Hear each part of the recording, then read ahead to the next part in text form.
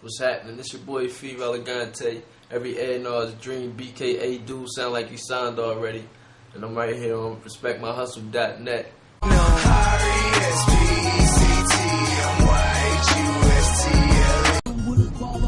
They had the drug raids.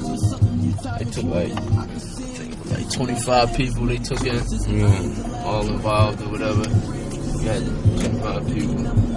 And I mean, yeah, before that was the murders. You still got a bunch of unsolved homicides out here. You figure between the homicides and the arsons right now, they can't figure out nothing. Sad part right there. Shit get crazy down here sometimes, but you got the police station right here, so that's where they be having all the city council meetings at and all that. Well, what type of town is Coatesville? Like, how would you describe it? Like, you know, is it like a blue collar working town? Like, you know, what type of people would you say? You know, you got all walks of life. You never know what somebody do around here because we so close to everything. I mean, 45 minutes from Philly, you figure. You got the steel mill right here in town. And you got surrounding cities. You got Reading, Lancaster, stuff like that, less than an hour away. So you got just about every walk of life out here. So, you know, you might be talking to some lawyer and not know it. You might think he's the average dude just walking around. The steel mill still active? Yeah. It's still open? Yeah, it's called Metal. Alright, that's what's up. Yeah, you know, a lot of, so this, would you say Coatesville was based around, you know, the steel mill? You know, if you go back into the history of Coatesville, was it that type of town? Yeah, a lot of people came, a lot of people came up to the steel mill, stuff like that. So, it's about everybody. Everybody around here know everybody. I mean, the city that small, if I took you through here, it's probably about 15 lights. About 8 miles long. Just the main highway, Route 30 business. But I mean, you got South Coatesville, you got Wagontown. They consider all that Coatesville. Like they had fires out there, Salisbury, and what was it? Salisbury and out towards Parksbury.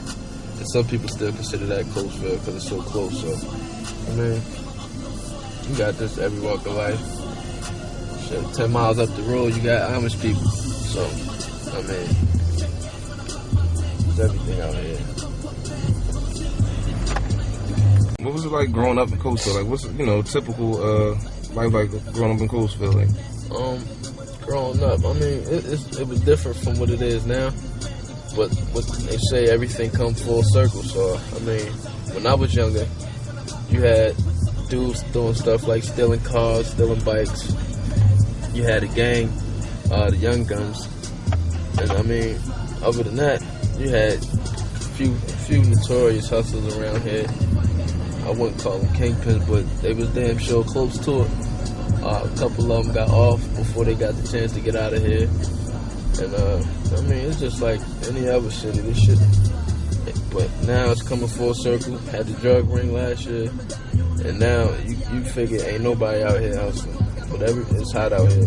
So the cops, ATF, FBI, this, that, and the third, it's a wrap. Like the illegal life, what I want to call it, the illegal life's hopes and dreams to see something like this happen. We already in the economic crisis, recession as they call it. So it ain't a good look for them out here. And, you know, you just mentioned the recession. How is the, you know, the economic effects, how is that affecting Coatesville as a town? I know in Philly, you know, if we would have had this ring of arsons, it would have been a problem because, you know, we closing fire departments and stuff because the city doesn't have enough money for funding. So how is the recession, you know, affecting Coatesville? I mean, just like anywhere else, people get laid off. Like, a few cops got laid off. But they got rehired, getting overtime now. But other than that, like people working in the union, they getting laid off. At the steel mill union, they getting laid off. So, I mean, it's hurting everywhere. But, I mean, what can you do? All right. Being an artist, what is it like, you know, being an artist in Coatesville? What's the music scene like in Coatesville? Just like everywhere else, a million rappers. Some people saying the same stuff, some people being original, different. And, you know, it's a lot of rappers, but it seems like nobody wanna lend a helping hand to the next man. So, I mean, it's tough out here, just like anywhere else. So it's all about who you know, not what you know, actually. You know, is there anything like, you know, open mics type stuff? Is there any type of that, you know, that type of stuff that goes on in Coatesville where, you know, people get to come together, or, you know, any shows that get done out here, or? I mean, it's a dude out here that be having he throw parties, and he got like a few particular artists he deal with that do shows. But other than that, I mean, I wouldn't call it a show, but it's more so for the teenage crowd. So, I mean, other than that, ain't nothing out here. Everybody got a bunch of records. Nobody really doing shows or nothing like that. So, unless you're going out of town. Being that the music scene isn't it's prevalent in Coatesville, what is an artist like yourself doing to you know, promote yourself and actually try to bring awareness to your music? Well, with the industry today, I'm using the internet to my best advantage.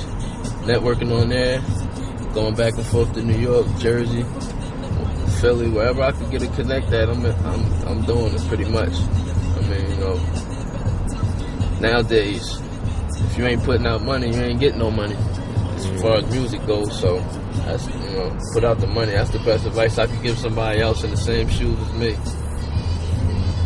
Well then, you know, you feel like the internet is helping or hurting the music industry right now? It's doing both. Cause I mean, it's the new wave, so everybody got access to it. It's getting put out in quantity, but the quality is terrible.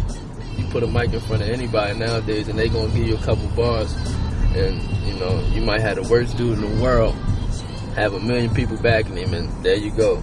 You see him on MTV, BET, and I mean, if that's your type of music, that's your type of music.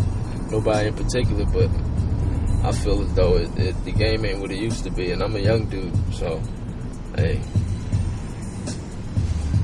All right. You said you're using the internet to help you. Where can people find your music on the internet? Right now,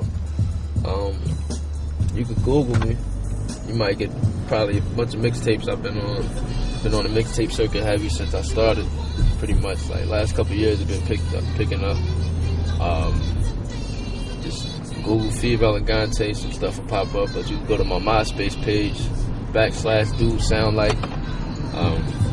There's a couple other sites I'll be on, but you know, that's the easiest way to reach me, actually, on my MySpace.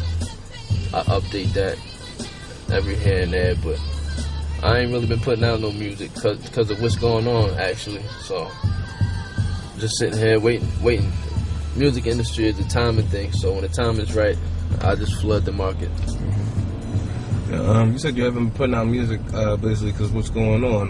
Yeah. Could you elaborate on that a little more for us? I mean, just the industry as a whole is just it's in shambles. So you got, you know, the mixtape circuit ain't what it used to be no more. People's albums ain't what they used to be no more. So I figure if I got quality music, why waste time putting it out and not nobody hearing it? Like, I might as well sit on it and do my thing in the background, because right now I'm working on getting some writing slots, ghost writing slots. So I mean, it's not what it is, what it used to be as far as being an artist. So I mean, it's more to it than that. Trying to get the business side right before anything, and God willing, my time will come. That's how I see it right now.